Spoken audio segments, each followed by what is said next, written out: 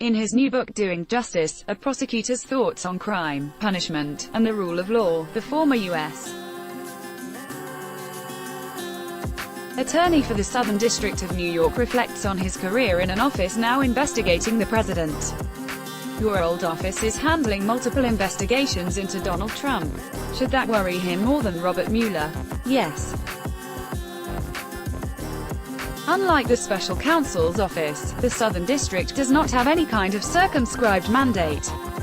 They are not limited to issues related to collusion or obstruction or interference with the election of 2016.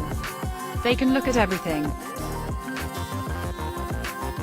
And that includes bank fraud, tax fraud, money laundering, you name it. What can the public expect to see when Mueller's investigation ends? If the report is devastating to the president and there are people on Earth who know, I don't see how you keep that from the public. If it's not so damaging, I assume Attorney General Bill Barr and others would rush to disclose it. The problem will be if it's a mixed bag. Expectations are set so high, it's almost going to be impossible to meet them unless there is a series of smoking guns. Is impeachment a real threat to Trump's presidency? There is still some reluctance on the part of Democrats, all the way up to Nancy Pelosi, in pursuing the I word. Impeachment, people tend to forget, is only the making of an allegation. It's not proving anything. The Senate as currently constituted is not going to end Donald Trump's presidency.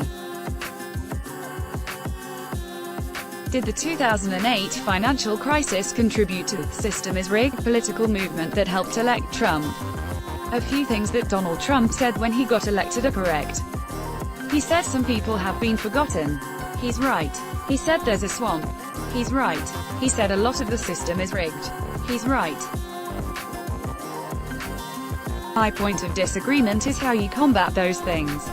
You didn't bring criminal cases against major executives for crimes that contributed to the financial crisis. Do you regret that? There was incredible frustration over the tanking of the economy. Everyone had every incentive to hold people accountable criminally. But you can't just charge people because you're angry. You can't bring a case unless you have the law and the facts on your side. And nobody in those circumstances found that to be so.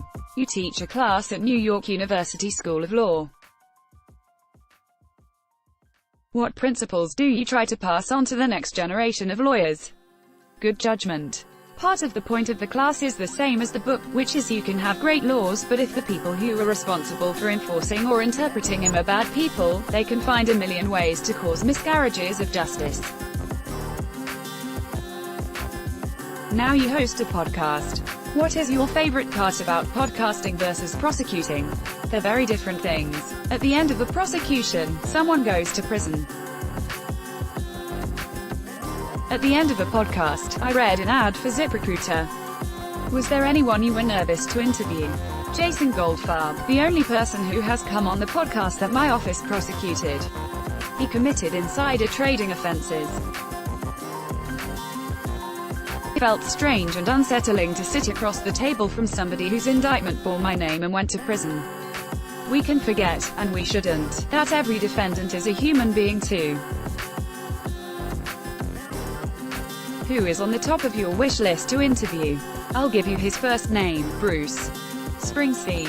Is there another Bruce? The highlight of my life was when he gave me a shout out live at a concert.